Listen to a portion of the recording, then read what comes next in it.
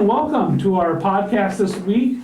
We call it the TechCast, the Sioux City TechCast, and we're pretty excited about that. We've been doing them every week this year, and we're on a roll. We saved the best for this week.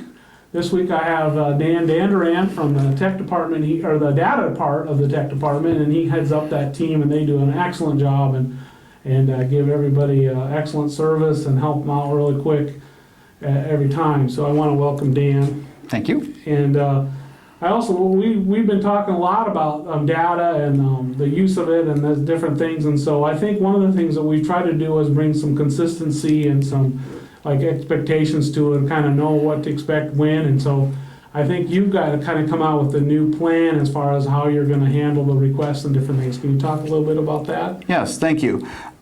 Basically what's been happening is, obviously, as a data department, we produce a lot of data reports for various organizations and programs within the district. And what we find a lot of times is that different components within the same department are asking for the same data, but just a little differently.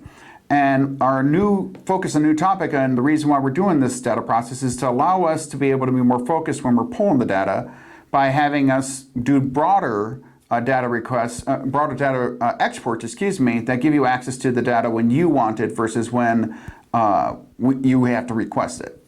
Yeah, so I kind of see it as if I want to do a report and I want to see what that is, so a class or two down from me might ask for the same data and information, and why not pull them up at the same time, meaning a larger Correct. group of data, and then I might be able to just sort that out, or what? Well, basically what we would do is we create a data repository that we pull monthly or bi-weekly. We can do based on the need for the individual school, but we base it out of all the PowerSchool data, and we would put it by school. And you would say that as an example, you needed to know second grade data for SPED students or ESL students. You could quickly go to that data repository, do a filter on it, and grab the data you need off of that larger repository, copy it to another spreadsheet, and now you have your data.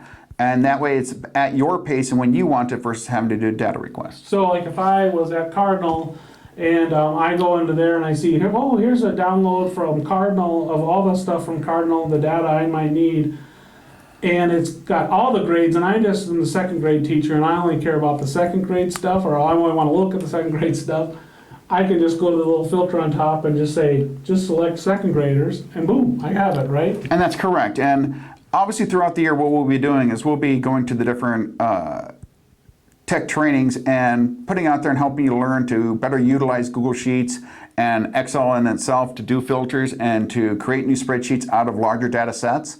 But that's the point, is making a large data set and reusing that large data set repeatedly to create smaller data sets for individual needs. So in a nutshell, if this kind of I don't know what they're talking about with filters, or I'm a little nervous about the data, the great news is I think you're saying by doing some of this, you guys can plan ahead and spend your time doing some trainings and teaching them kind of how to mine the data and look through it. That's correct. So the biggest reason for this is to allow us to work as a group more focused and to provide more customer service out to the district, versus right now we work in the dungeon and away from people. And I think we could do also a lot of work with the data out in the district too.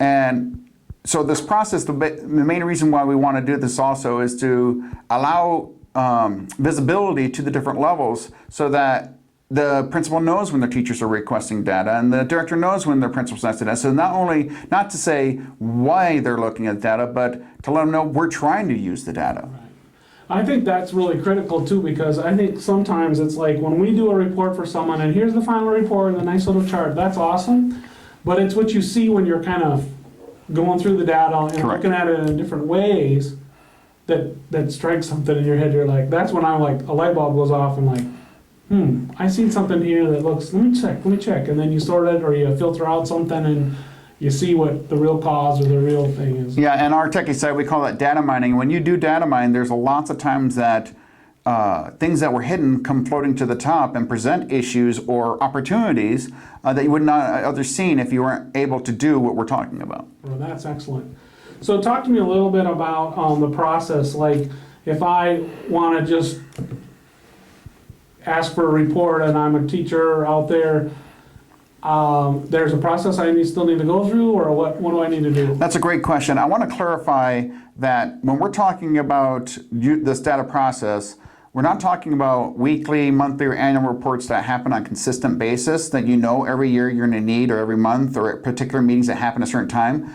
With that, I have what's called a data request calendar, that if you know you're going to have one every year at a certain time for a certain meeting, you can put on the data request calendar along with the school dude, and we'll know ahead of time and have that prepared for you so that it's ready to go for you. It's helpful for you to be able to get it more streamlined, but also for us, because then we can prepare our schedules around that calendar. Now, what we're talking about for the data request process are custom ad hoc reports. And yes, so as a teacher, what we would ask is that if you want a data request, you would go to your principal, or you would have the principal CC'd on the request so they're aware of it, then request the data. We ask for a 1 to 2 week turnaround on that data, but we also ask for the principal's approval at the secretary teacher level. Reasoning being is because there's times that we know over the last several years where data requests were done and the principal or the director was like, I didn't realize they were asking for that. And we want to make sure there's visibility there, and vice versa on up from the principal to the director. It's good to let our district know that we're using the data, but we want to make sure we're using it appropriately in a conscious manner.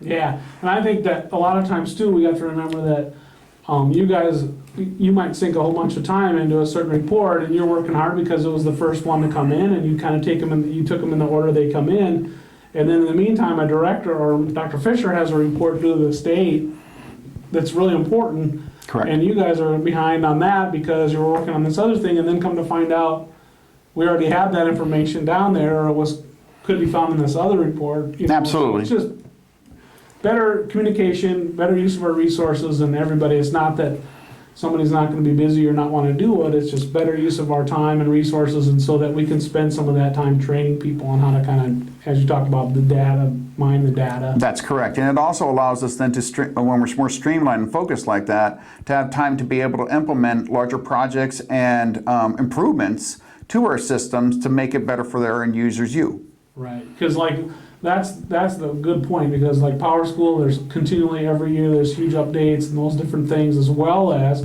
all those add-ons we've created on there. That's correct. Takes a ton of time, It does. and takes resources and time, and then there's some things that we don't find out about because we're just playing catch-up. You got it. That's exactly correct. And that's, again, the main reason for this data process is to allow us to be more focused instead of doing the same data request multiple times. Each time took 2 or 3 hours. Do it one time that takes 2 hours. That fits multiple people. Yeah, it's just, once it's in that data form and you can hide the columns, you can sort or filter out the rows of information, and you're gonna have plenty of training on, but Absolutely. that's the main thing is like, wow, I can use the same file that the 3rd grade teacher, or the 4th grade teacher, or the 5th grade teacher really used. I just need to filter out what group I wanna do. Maybe I just wanna see the 2nd grade and just the girls, or 2nd grade and just the boys. That's correct. Maybe I wanna see the 2nd grade and just ones that have this particular Achieved a certain level on a MAP test or a NISA score or ACT. Absolutely. yeah, or maybe even just see that hey, these certain kids moved in later or came later earlier. I mean, all those things play into whatever the decision. You know, you never know what the reason Correct. would be. Yep. But it's all there and available, and we want that to be available. And it's just if we all follow the process and work together, it works really smooth. And I think that's also a great message to come across with this new data process. This data process isn't to withhold data or make it harder to access data. This is actually to allow us to have more time to provide better data for the district. Yeah. And so let's talk about one more thing real quick before we sign off, and that is this data out there. It's not just a big pool out in the public sphere. It's still, we're following the rules, and it's not, if you have a username and login and account and we've given you permission to access it through Google Drive or someplace, or Google Sheets, there's still, you have to have your username and password to get to it. It's not public. That is correct. And it's also very important that we want to maintain FERPA while we're using the data. So that is, as he said, we would only give access and share that access to the people that need to have access to that data. And that's why it wouldn't be shared out to the entire district, only to certain people as needed.